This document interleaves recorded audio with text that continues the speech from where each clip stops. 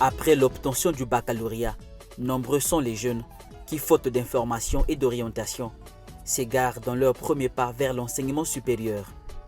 Si l'orientation post-bac représente un tournant décisif pour les futurs étudiants, un choix mal opéré, quant à lui, peut compromettre tout un parcours académique et professionnel. Pour aider les nouveaux bacheliers à faire des choix éclairés en fonction de leur profil, leurs ambitions et les besoins du marché de l'emploi, le ministère de l'Enseignement supérieur organise du 4 au 8 août 2025 le salon d'information et d'orientation des nouveaux bacheliers. L'événement se tiendra à l'amphithéâtre Jean-Baptiste Tati-Loutard de l'université Marie-Ngouabi, en face de la morgue du CHU de Brazzaville.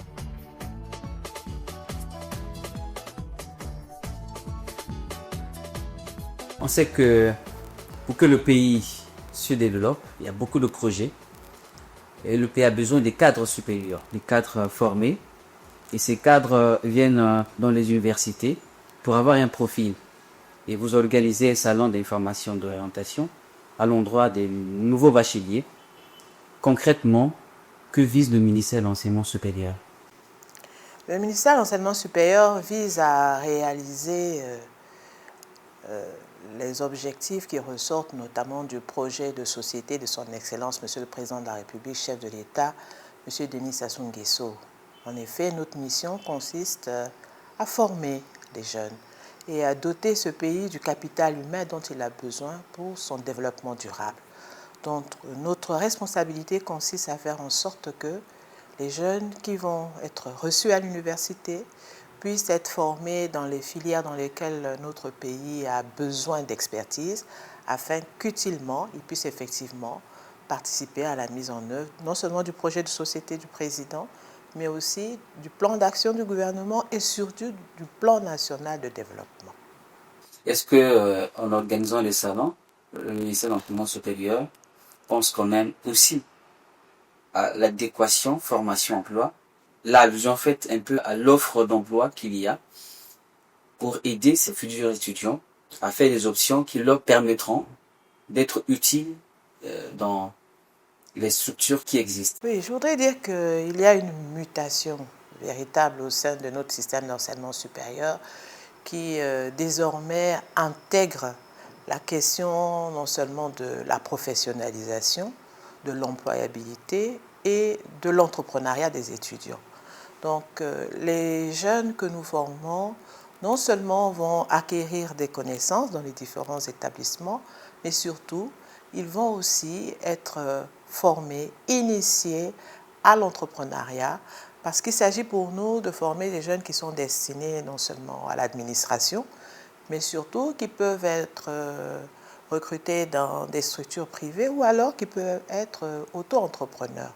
Donc c'est ce nouvel esprit-là, c'est ce nouveau paradigme qui nous amène à diversifier notre offre de formation, à intégrer la question de l'entrepreneuriat. Et pour cela, nous travaillons avec un certain nombre de ministères qui sont dédiés à ces questions et nous menons justement ensemble un certain nombre d'actions afin d'améliorer l'adéquation entre la formation et l'emploi. Est-ce que le ministère de l'Enseignement supérieur organise ce salon seul ou il sera entouré ou accompagné des partenaires? L'enseignement supérieur, depuis la libéralisation, est assuré par des établissements d'enseignement supérieur publics et par des établissements d'enseignement supérieur privés. Par conséquent, ces différents établissements, et en l'occurrence l'Université Marie-Ngouabi, l'Université Denis Sassou Nguesso, et tous ces établissements privés qu'on appelle épreuves d'enseignement supérieur vont participer à ce salon. À cela, il faut aussi ajouter un certain nombre de structures qui relèvent de la tutelle du ministère de l'Enseignement supérieur. Il y a, alors s'il faut citer certaines d'entre elles, nous avons le CIRAS, nous avons le Centre national de statistique, de démographie et de planification. Nous avons l'Institut national du travail social. Et donc, ces structures vont pouvoir participer avec les établissements publics, avec les établissements privés à ce salon. Mais nous pouvons aussi ajouter, nous aurons un certain nombre de partenaires, parce que dans le domaine de l'enseignement supérieur, nous bénéficions de certaines bourses de coopération et nous allons avoir un certain nombre d'États amis de notre pays qui chaque année nous offrent des bourses de coopération afin que les représentants de ces pays, à travers leurs ambassades, puissent participer au salon de l'information. Mais aussi, en dehors des ambassades, nous préconisons de monter une installation où on pourra apporter aussi l'information aux nouveaux bacheliers sur les partenariats que nous établissons avec un certain nombre d'administrations, avec un certain nombre de sociétés, avec un certain nombre d'associations qui aujourd'hui sont partie prenante de la charte des engagements pour l'entrepreneuriat des étudiants. Et ces différentes structures vont venir participer au salon pour montrer comment elles sont disposées à nous accompagner et comment désormais elles offrent à nos étudiants des stages, des immersions en entreprise. Et donc, ce sera vraiment une opportunité pour les jeunes de voir toutes les possibilités que l'enseignement supérieur offre dans notre pays, dans la mesure où nous avons maintenant une université qui est ouverte sur la société. Et c'est l'une des principales leçons que nous avons tirées en sortant des assises sur l'employabilité, l'entrepreneuriat des étudiants qui s'est tenue dernièrement à Brazzaville. Quel est le format choisi pour le déroulement de ce salon? Oui, il s'agit d'un salon pour dire que, en dehors de la cérémonie de lancement du salon, qui sera une cérémonie classique, officielle, mais nous aurons plutôt à déambuler, n'est-ce pas, dans les différents stands, parce que les différentes parties prenantes dont j'ai fait état vont être présentes. Elles vont être présentes pour accueillir les étudiants et nous invitons les étudiants avec les parents. Ces entités vont être présentes pour accueillir les étudiants, leurs parents, qui auront la possibilité d'écouter, d'interroger, de se faire une opinion et à partir de cela, de pouvoir décider en connaissance de cause. Parce qu'il apparaît parfois que les enfants, lorsqu'ils ont le baccalauréat, décident d'une orientation sans avoir toute l'information requise. Il peut vouloir, par exemple, être médecin, mais cet enfant, s'il n'est pas conscient des prérequis, des conditions nécessaires, vous comprenez aisément qu'il n'a aucune chance de prospérer dans la voie qu'il a choisie. Parfois, nous, les parents, nous ne tenons pas toujours compte des profils des enfants. Nous demandons, nous imposons à l'enfant de choisir un parcours. Et malheureusement, il arrive que parfois, que ce choix fait par les parents ne soit pas celui des enfants. Et par conséquent, il en résulte une souffrance pour cet enfant. Et au-delà de la souffrance, il y a beaucoup d'échecs qui découlent du fait que l'enfant est mal orienté. Donc, le salon de l'information et de l'orientation, c'est apporter toute l'information. Les enfants auront, pour ceux qui seront accompagnés de leurs parents, la possibilité de poser des questions et à partir de ce moment-là, de faire les choix. Parce que, vous savez, la formation, elle dure au minimum 3 ans. C'est un système de licence. Donc, pendant 3 ans, vous êtes appelé à pouvoir vous soumettre aux conditions de la formation qui ne sont pas toujours faciles. Étudier n'est pas facile. Cela suppose une discipline, beaucoup de volonté. Et on doit pouvoir étudier avec enthousiasme, quand bien même ce n'est pas facile. Donc, le minimum que l'enfant puisse faire à l'université, c'est 3 ans. Il faut que ce soit 3 ans d'apprentissage volontaire avec, comme je le disais, tout le plaisir d'apprendre quelque chose de nouveau, tout le plaisir de pouvoir progresser. Parce que lorsqu'on sort de ces 3 ans, on a une licence, on est transformé. Mais on a la possibilité aussi de poursuivre sa scolarité. Et à ce moment-là, l'enfant doit savoir qu'après les 3 années, si c'est le circuit classique, il a la possibilité de faire un master en 2 années. Et après le master, il a la possibilité de faire une thèse de doctorat en 3 ans.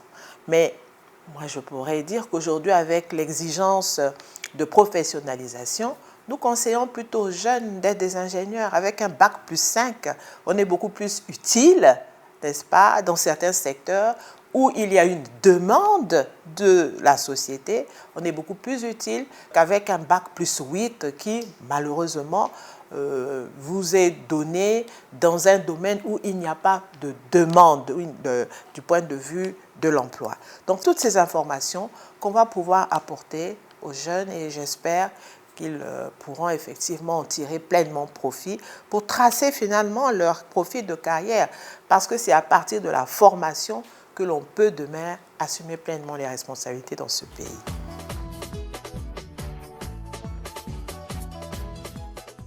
Les deux universités publiques du Congo ont déjà pris toutes les dispositions nécessaires pour accueillir, guider et rassurer les nouveaux bacheliers dans leur transition vers l'enseignement supérieur.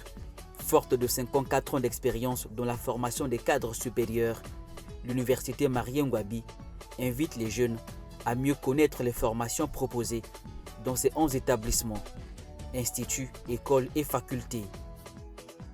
L'université Marien-Ngouabi, qui est créée en 1971, aujourd'hui, il y a 11 établissements. Il y a des écoles, il y a des instituts, il y a des facultés. Et les facultés engendrent plus d'étudiants que les écoles, tout simplement parce que les facultés, en dehors de la FESA, la faculté de médecine, les autres facultés, les gens rentrent par inscription directe. Ils font l'inscription directe, il n'y a pas de concours. Mais au niveau des instituts et certaines écoles, c'est sur concours. Dans les 11 établissements qui sont donc créés par rapport à leur demande de compétences. Nous avons la faculté des sciences et de la santé, donc, qui s'occupe de toutes les spécialités de médecine. Donc si l'enfant, effectivement, fait la médecine, et je pense qu'il va, à travers déjà ce salon d'orientation, il pourra déjà connaître qu'est-ce qu'on fait réellement au niveau de la faculté des sciences et de la santé. À travers ce salon-là, l'École nationale supérieure d'agronomie de foresterie, où moi-même j'ai été directeur, voilà, déjà le nom le dit, il va aller apprendre quoi? La foresterie, bien sûr, l'agronomie et l'environnement. À travers la faculté des sciences, ils vont aller apprendre donc la chimie, la biologie, et beaucoup de choses qu'ils connaissent. Donc déjà, ce salon-là donne déjà quelques informations, et des informations qui seront relayées par les chefs d'établissement. À 2 ans, déjà, j'avais déjà dit ça, 2 ans, quelqu'un qui a son bac, qui a déjà fait 2 ans, effectivement, il peut revenir faire le concours et venir s'inscrire. De son côté, l'université Denis Sassou Nguesso s'investit pleinement dans la formation des jeunes à travers des filières qui répondent aux besoins du marché de l'emploi. Ce salon d'information et d'orientation illustre l'engagement de la ministre de l'Enseignement supérieur en faveur de la bonne gouvernance éducative. Il s'agit de mieux accompagner les jeunes dans la construction de leur avenir. Un accent particulier sera mis sur l'adéquation entre la formation et l'emploi. À l'université Denis Sassou Nguesso, on accède par concours ou par sélection. Qu'est-ce que ça veut dire sélection? C'est-à-dire que les jeunes diplômés du bac sollicitent pour un établissement seulement, à condition qu'ils aient eu au moins 12 de moyenne au bac, leur inscription à l'un des parcours de la faculté des sciences appliquées, et puis il y a une commission qui siège et qui sélectionne en fonction d'un certain nombre de critères. Nous avons 3 établissements dont les candidatures se font pour des concours. Il s'agit de l'Institut supérieur des sciences géographiques, environnementales et aménagement, avec 3 parcours, sciences géographiques, sciences environnementales et aménagement. Donc ce sont les étudiants qui ont les bacs de série A, C, D, E, F6, H, R1, R5 et R6 ou équivalents, qui peuvent candidater, à condition qu'ils aient au plus 22 ans le 31 décembre. Pour l'Institut supérieur d'architecture, urbanisme, bâtiments et travaux publics, donc ce sont les séries A, surtout pour l'urbanisme, C, D, E, S, F4, F5, P2, P3, R6 ou équivalent. Pour la faculté des sciences appliquées, ce sont les séries C, D et E, hein, comme c'est la physique, ce sont les mathématiques, c'est la biologie. Ce sont les sciences de façon générale. Pour l'école des mines, ce sont les séries C, D, E, F, P3, P7 et R6. Voilà, donc toujours avec la condition de l'âge. Mais vous voyez que ce sont des offres de formation d'aujourd'hui et de demain. Ce sont des offres de formation où les gens peuvent être employés ou s'auto-employer. L'architecture, la plupart des architectes sont dans des auto-employeurs. Ils sont auto-employés eux-mêmes. Les bâtiments et travaux publics, l'environnement aujourd'hui, il y en a qui créent leur cabinet.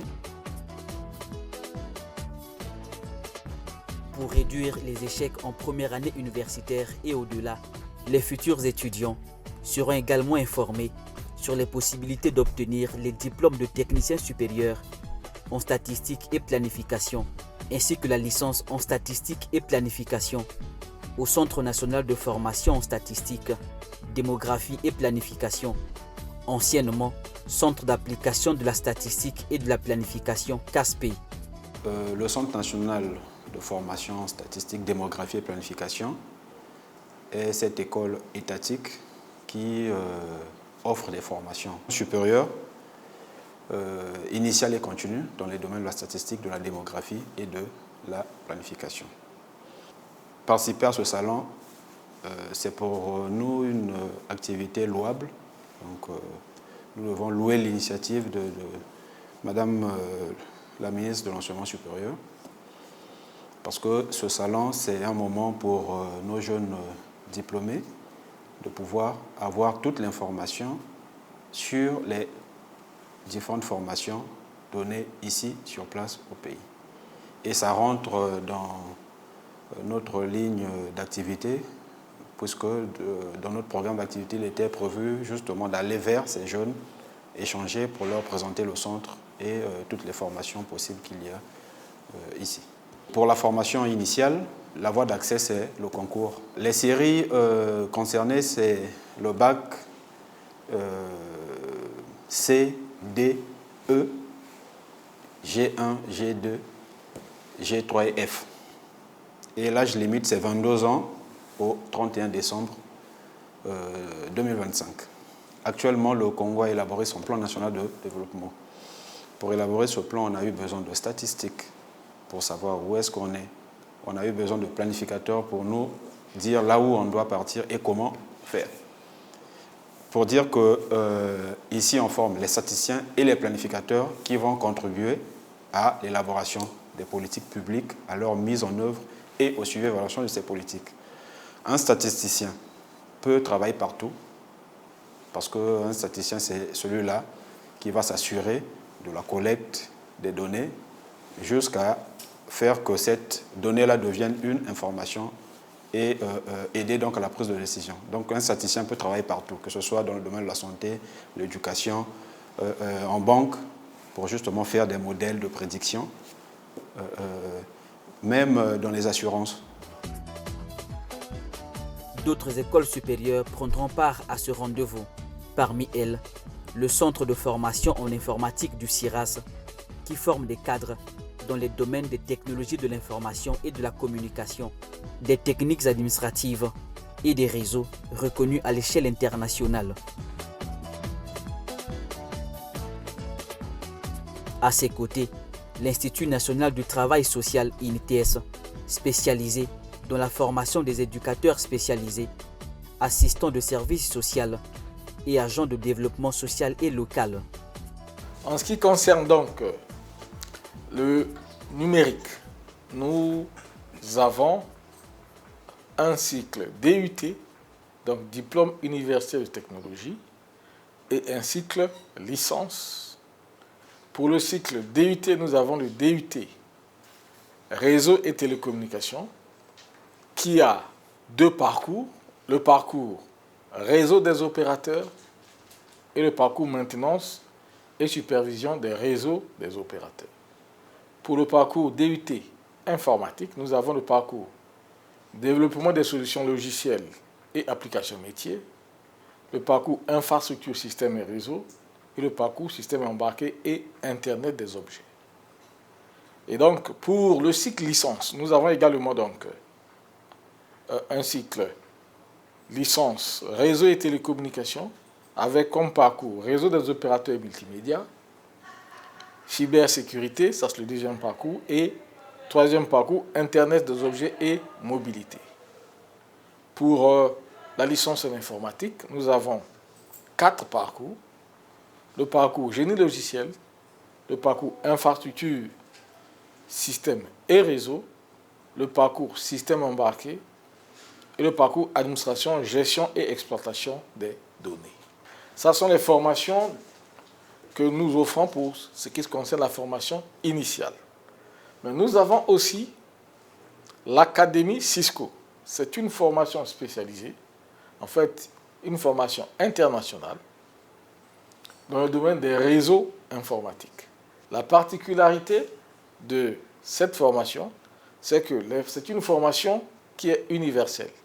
La même formation que vous suivez ici, c'est la même qui est donnée aux États-Unis, c'est la même qui est donnée en France dans tous les pays, parce qu'elle est conçue par la même équipe et tous les formateurs suivent la même formation. Et cette formation débouche sur les certifications internationales. L'accès en première année chez nous se fait sur concours. Les critères pour les étudiants, il faut être titulaire du baccalauréat ou d'un diplôme équivalent. Et les fonctionnaires sont les fonctionnaires de la catégorie B qui doivent concourir. Maintenant, nous ouvrons aussi la possibilité à des étudiants qui, par exemple, ont passé une première année ailleurs, qui veulent venir chez nous en 2e année, ils passent un test. De même que les titulaires de BTS, dans un diplôme de niveau Bac plus 2, qui veulent venir en 3e année, ils passent un test. Donc voilà un peu les conditions d'accès chez nous pour la formation initiale. L'INTES, c'est un institut national du travail social et qui est sous la tutelle académique de l'enseignement supérieur et la tutelle administrative, c'est le ministère des Affaires sociales, de la solidarité et de l'action humanitaire. Et donc cet événement pour nous, je dirais que ce serait une bonne opportunité pour présenter l'école parce que beaucoup de jeunes Congolais ne connaissaient pas l'Institut.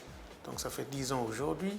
L'INTES offre une formation initiale, une formation initiale pour les jeunes bacheliers qui désirent faire leurs études pour obtenir le diplôme de licence. Licence en travail social. Les diplômés des 3 premières promotions sont actuellement utilisés dans des projets du MASA. Autour du professeur Delphine Edith Emmanuel, ministre de l'Enseignement supérieur, les universités publiques et privées, les instituts et écoles supérieures spécialisées, les entreprises des secteurs socio-économiques, les représentations diplomatiques et l'ensemble des partenaires n'ont qu'une seule ambition: favoriser une orientation active, responsable et éclairée des nouveaux bacheliers. Ces derniers sont invités à participer massivement à ce salon d'information et d'orientation prévu du 4 au 8 août à partir de 9 h à l'amphithéâtre Jean-Baptiste Tati Loutard.